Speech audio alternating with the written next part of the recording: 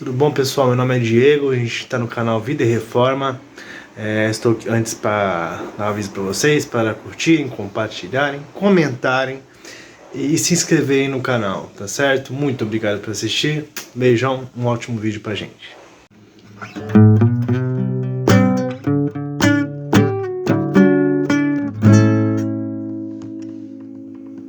Tudo bem, pessoal? Meu nome é Diego, nós estamos no canal Vida em Reforma. A gente está aqui para fazer outra review, né, de um livro que eu li esses dias. Antes de começar, eu já vou avisando que eu estou com uma alergia fortíssima, nariz entupido. Se eu tiver durante a review aqui com uma voz meio anasalada, vocês já sabem por quê, tá bom?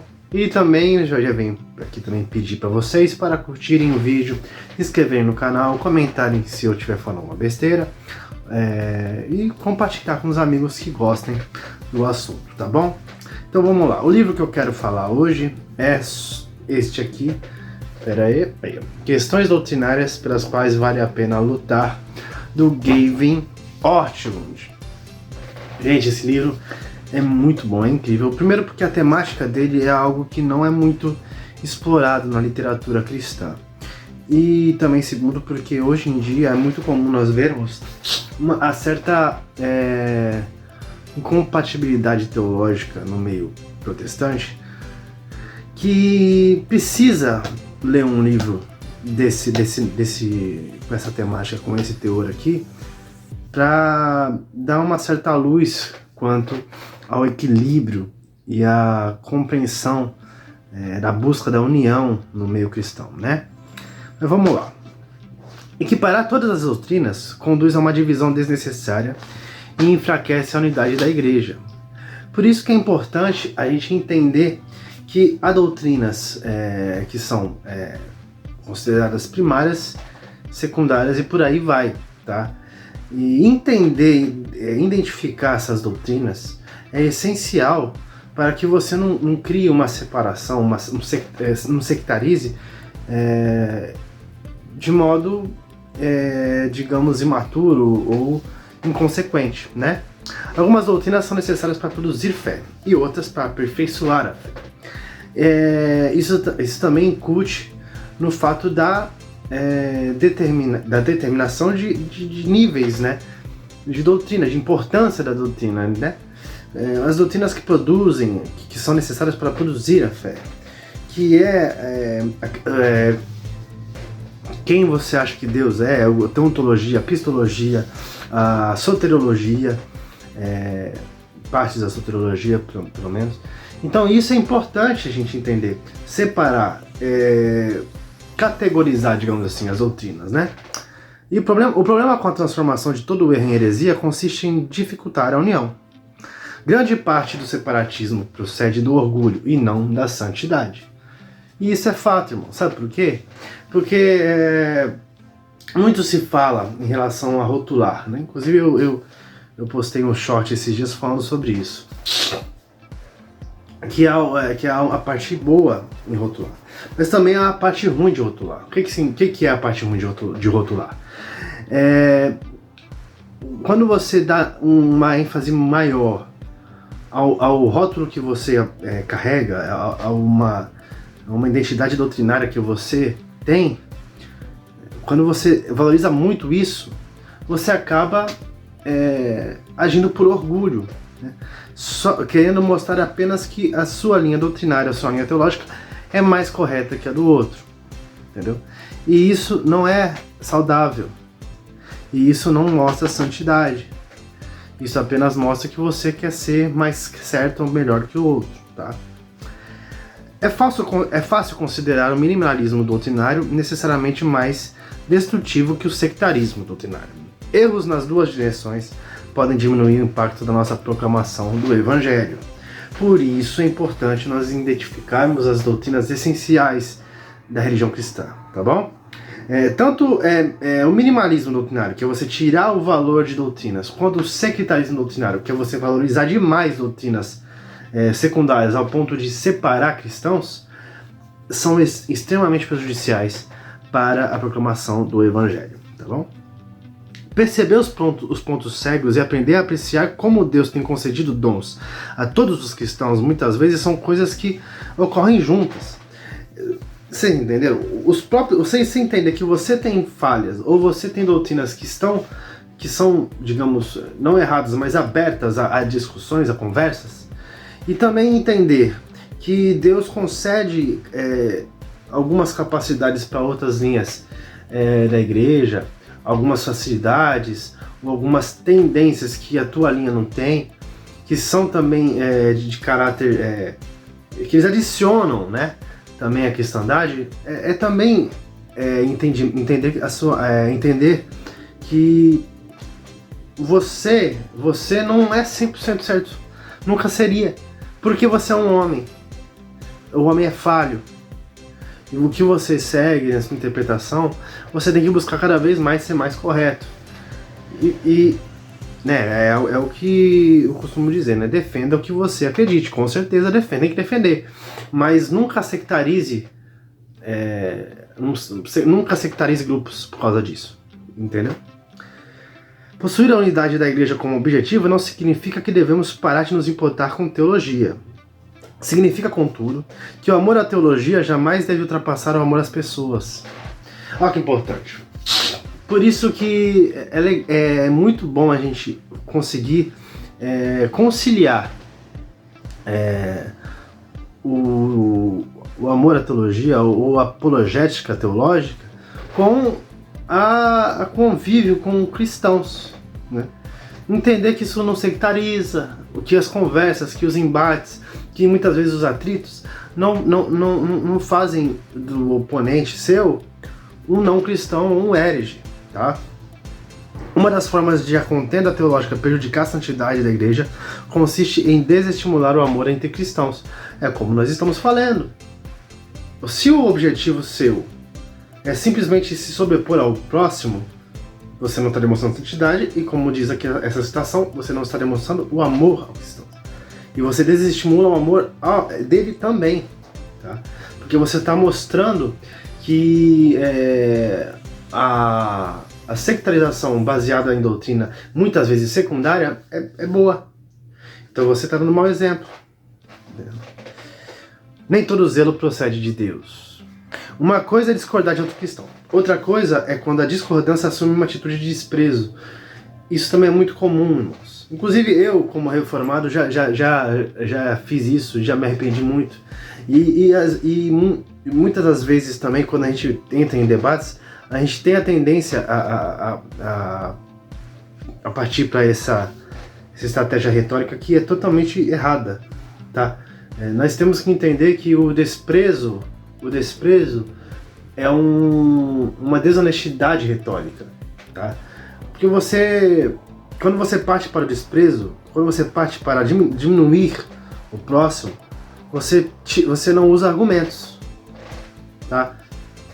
E isso, além de você estar usando de uma desonestidade retórica, você também está sectarizando, né? Uma citação do Richard Baxter que é muito pontual, também referente a esse livro, muitos erros são cometidos quando se exagera demais sobre as falhas de outro homem. Isso aí é legal se dizer por quê.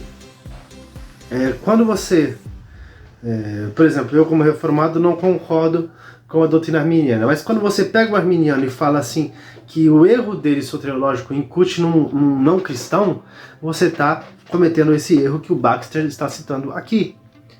Você está focando no erro dele digamos, rotulando, né, ou dando essa preconcepção dele apenas no erro dele, só porque você valorizou demais a doutrina ao ponto de torná-la sectarizante. Nos aspectos essenciais, unidade. Nos não essenciais, liberdade. E em todas as coisas, clareza. Isso para uma dialética é importantíssimo. Vou repetir. Nos aspectos essenciais, unidade. Ou seja, não pode haver contenda entre os aspectos essenciais, as doutrinas essenciais. Nos aspectos essenciais, liberdade, que são as doutrinas que são importantes para o cristianismo, porém tem divergências teológicas, com as quais é importante debater, mas que não é sectarizante. E em todas as coisas tem que haver clareza ou lógica, tá? Tudo que Deus revela na Escritura é essencial para algo, senão não estaria ali. Os aspectos não essenciais para a salvação não implicam na ausência de importância. Todas as doutrinas são importantes, irmãos. Todas as doutrinas são importantes. Mas cada uma tem a sua importância específica, tá? O que identifica o cristão, tá? Não necessariamente são todas as doutrinas da teologia sistemática, não. Tá? Identidade, você se identificar como um cristão, incute apenas em determinadas doutrinas primárias, tá? Como trindade, como justificação pela fé, tá bom? Uma citação de Gresham Machen, que se falar assim o nome dele, é Gresham Machen, é o autor do Cristianismo e Liberalismo. A divisão da cristandade é um mal, e é mesmo. Contudo, o mal consiste na existência dos erros causadores da divisão, não na identificação dos erros. Você entendeu a diferença? A divisão é errada. Só que identificar os erros que causam essa divisão é certo. Entendeu? O problema está nos erros, não no reconhecimento dos erros, tá? O que é importante nessa citação aqui em relação ao que nós estamos comentando sobre o livro? O importante é que nós devemos sim identificar os erros doutrinários, devemos conversar sobre isso, tá? E isso aqui se deve para que a clareza, como eu citei na citação anterior, seja possível, tá bom? Outra citação agora do Benjamin Warfield. Por que dá tanta importância aos pequenos pontos de diferença entre os que servem um só Cristo? Porque vale a pena a preservação do Evangelho puro. Isso também confirma o que Gresham Machen falou, né? Que esses debates, essas discussões, essas exposições, para que se tente haver um consenso, ou que pelo menos se tire a melhor doutrina, né, a doutrina mais coesa de acordo com as Escrituras, é bom porque nos leva à preservação do Evangelho puro.